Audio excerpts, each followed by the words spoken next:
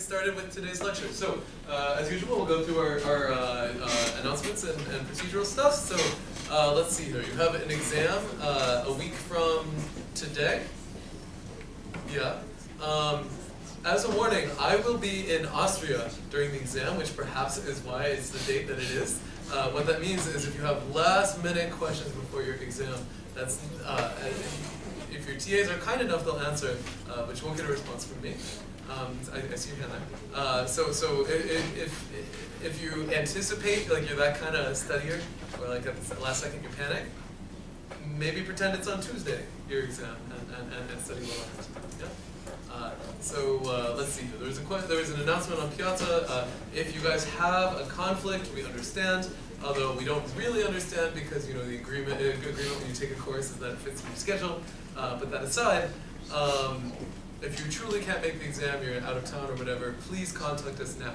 If you don't show up at the exam and you didn't tell us that you weren't coming, you will get a 0. Let me repeat that. You will not pass your exam if you don't show up and you didn't send us an excuse ahead of time. Obviously, if you broke your leg as you're walking to class and you can send a note from the administration, that's different. But you get what I'm saying, yeah? Okay, everybody nod? Agree? Cool. Yeah, I don't like these kind of corny excuses, and I don't put up with them. Okay, there's a question. Yeah. Sorry, can the TA upload the slides? Can we upload the slides? Sorry. And let me hit save, Control S really quick, and then you guys count to 30 so that it makes it through the ether, the ether to you guys. Sorry. Great. So that's your exam. Some people in my office hours that already took the practice exam. So if you haven't started studying, you are behind. At least behind the 3 people that were asking questions, and good on them. Yeah. We'll be drafting the exam soon. Again, if you have a conflict, contact the TAs now. Yeah. Because we're going to schedule it. It'll probably be like the day before, the day after, something like that.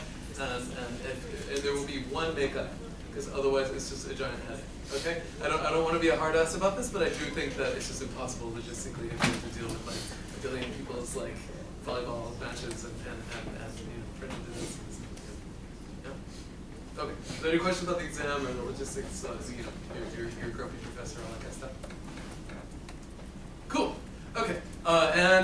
You know that the day before your exam, because your instructor is a terrible human being, your project proposal is due. But again, that's really intended to be short. Just dash it out. It's just a couple paragraphs to let us know what you're thinking and roughly what the milestones are. Okay. By the way, it's not bad exam review anyway because it requires you to kind of synthesize a little bit of at least some little piece of this class. Cool. And your homework is due the weekend. Okay. With that, if there are no questions, let's talk about rasterization. Yeah. So right. So where did we leave off in our story here? Which is only one lecture behind what I intended, but that's okay. So we were talking about the sort of modern graphics pipeline that occurs on your graphics card, which is quite different from what we did before in ray tracing, ray casting, whatever.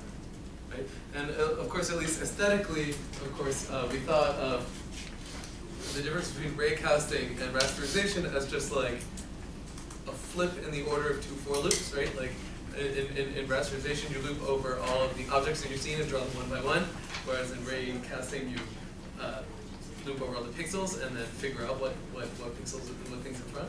Yeah, so it's slightly different.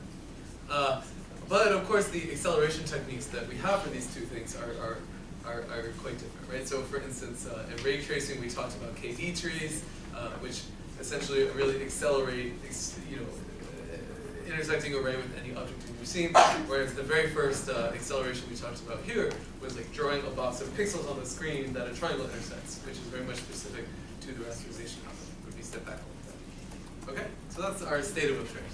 So if we talk about the graphics pipeline, which now you're all experts on because it was just on your nano quiz, roughly it follows these steps, right? You first start with your vertices in 3D and then you project them onto the screen.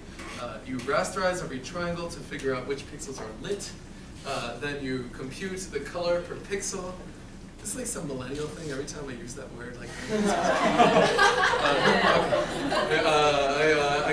compute the color per pixel using some shading formula. And finally, I tested visibility. Of course, like, there's no reason to think of this as step 1, step 2, step 3, step 4. Like, as we'll see toward the end of lecture today, there are kind of variations on this pipeline that do them in slightly different ordering. Like, for instance, maybe you first check which pixel is on top and then you shade it. That would be a reasonable thing to do. But each one